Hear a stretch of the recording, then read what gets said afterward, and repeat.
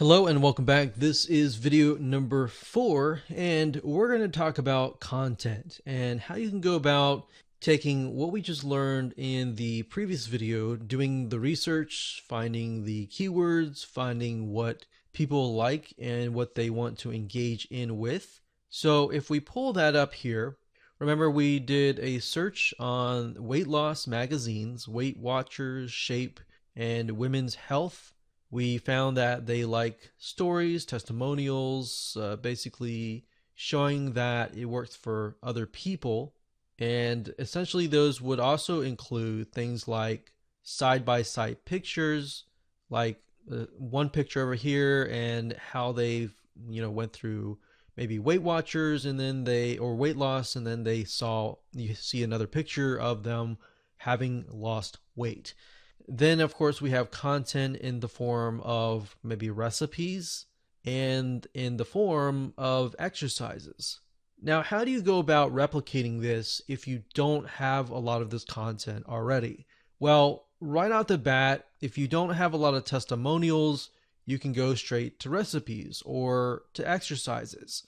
Now, how do you go about doing that, getting people's attention as they're scrolling through hashtags? Well, as we know, psychologically and over the years, it's been proven that images work. But not only any images, but images that are often non-threatening, which are basically cartoons. So if you've noticed over the years, you might have seen ads with cartoons, especially in the area of weight loss, relationships, money, and more. Now, this is how we're going to go about doing it. We are going to simply, let's say we went through here and we found, let's say, a workout that is working out really, really well. So instead of including tons and tons of words and just images here, what we're going to do is you don't necessarily have to plagiarize, but you can just simply follow the workout. So maybe you find a workout that works really well in terms of losing weight, and instead of taking pictures of you, you want to post something perhaps more non-threatening. So you can either do it in several different ways. You can either use a app called Get Stencil, that's getstencil.com, and you can use this to create quotes. You can use this to create different words that stand out. And that's what I would do. Instead of posting tons and tons of text and only text and that's it, and hashtags, I would post both text, hashtags, and images. Now, like I said, Get Stencil is mainly for things like quotes and words. But if you want to, let's say, convert an image, and let's say you have a workout that works really well, you can send your images to an artist and have the artist turn those images into cartoons. So one site that we recommend going to is called Fiverr.com. That's Fiverr.com. And if you go to the site, you'll be able to find a lot of people who can create amazing cartoons. Now, some of them look really cheesy. The goal of this is to simply find an artist that fits what you're looking for. So if you're scrolling down and you see, okay, this person creates designs that are similar to what I'm looking for, then you might want to open that up. So basically, just scroll down, take a look to see if you can find somebody who is creating designs and cartoons that fit that character. Now, what I recommend that you do is once you have found an artist on Fiverr that creates exactly what you like, stick with them. Okay, so that way all of your cartoons look consistent.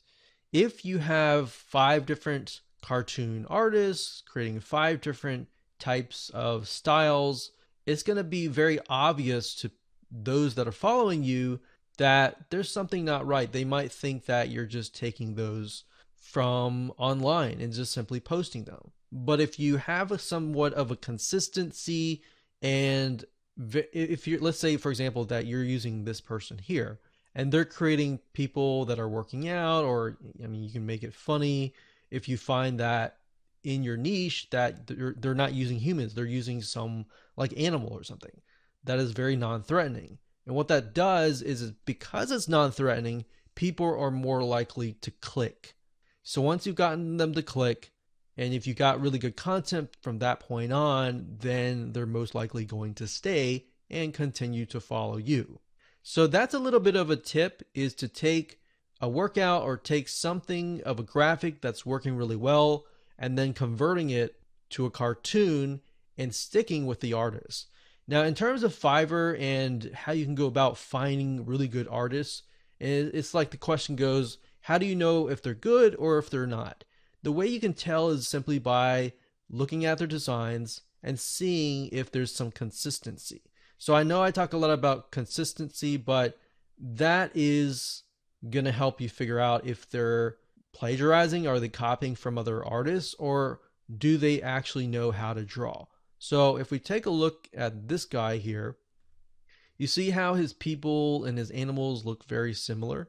That tells us that he is actually drawing those. So for example, this one here is mainly anime, but we can see the design, the style is very similar. So if we go here, it says, I will create a cartoon ready for animation. So this is actually very interesting. This guy creates a cartoon with body parts. So you can have him create a certain type of person and then create different arms, different motions. That way you can have them move, essentially.